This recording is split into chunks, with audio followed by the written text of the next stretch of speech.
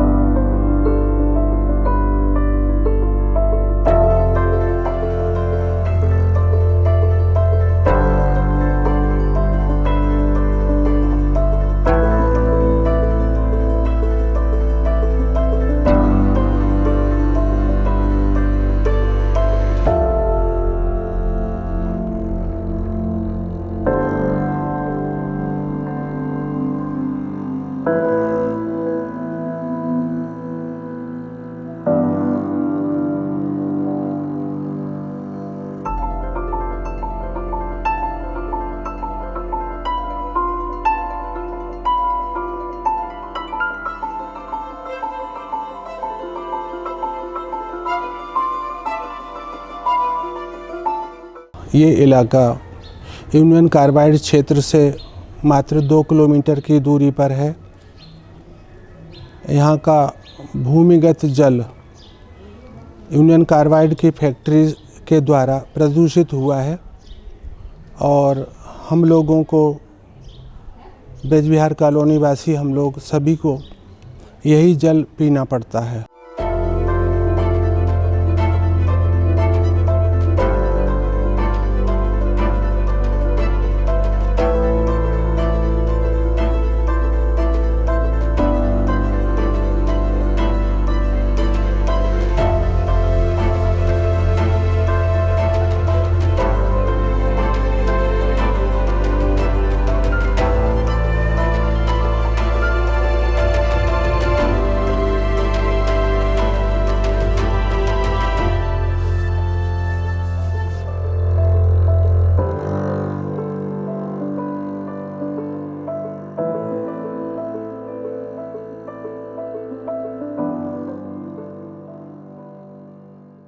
हम लोगों ने बहुत संघर्ष किया है, नगर निगम से, जिला प्रशासन से, मंत्रालय से, मानवाधिकार आयोग से, सभी को बार बार आवेदन पत्रों के माध्यम से हम लोग निवेदन करते आ रहे हैं, मगर दुर्भाग्य है हमारा कि शासन और प्रशासन कोई भी हमारी प्रार्थना पर ध्यान नहीं दे रहा है और हम यही यूनियन कार्बाइड फैक्ट्री का भूमिगत प्रदूषित जल पीने को मजबूर हैं और तरह तरह की शारीरिक बीमारियों से ग्रसित हैं।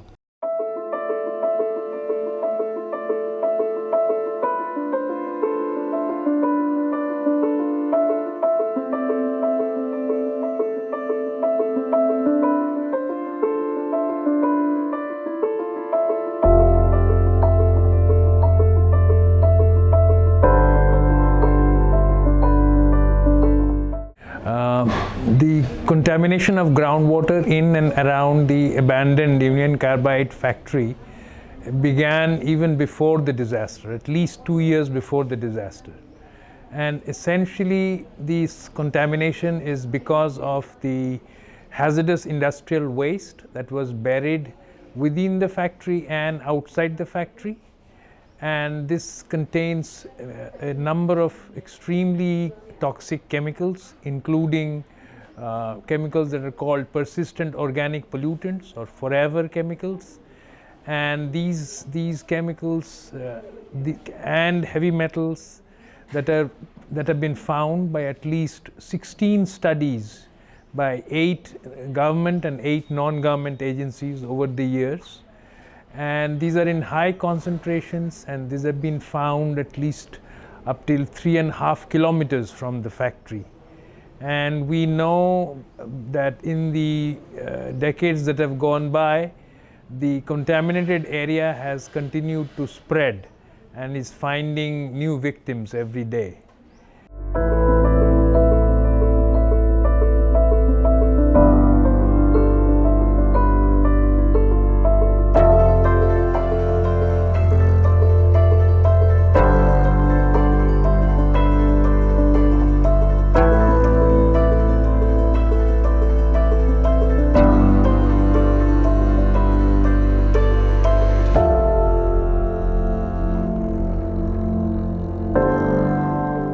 पहले पानी आता था, गंदा आता था, बास आती थी। अब उसी से खाना बनाते थे, वही पीते थे, सब वही करते थे। खाना आना, सब बनाना, बच्चे ने नहलाना धुलाना, सब यही करते थे। अब ये बीमारी का तो होते थे, बच्चे बीमार हो जाते थे, उन्हें अस्पताल लेके भर्ती रहते थे। तो पानी तो ऐसे मेल मटेला सो आता था, छान के भरते थे हम।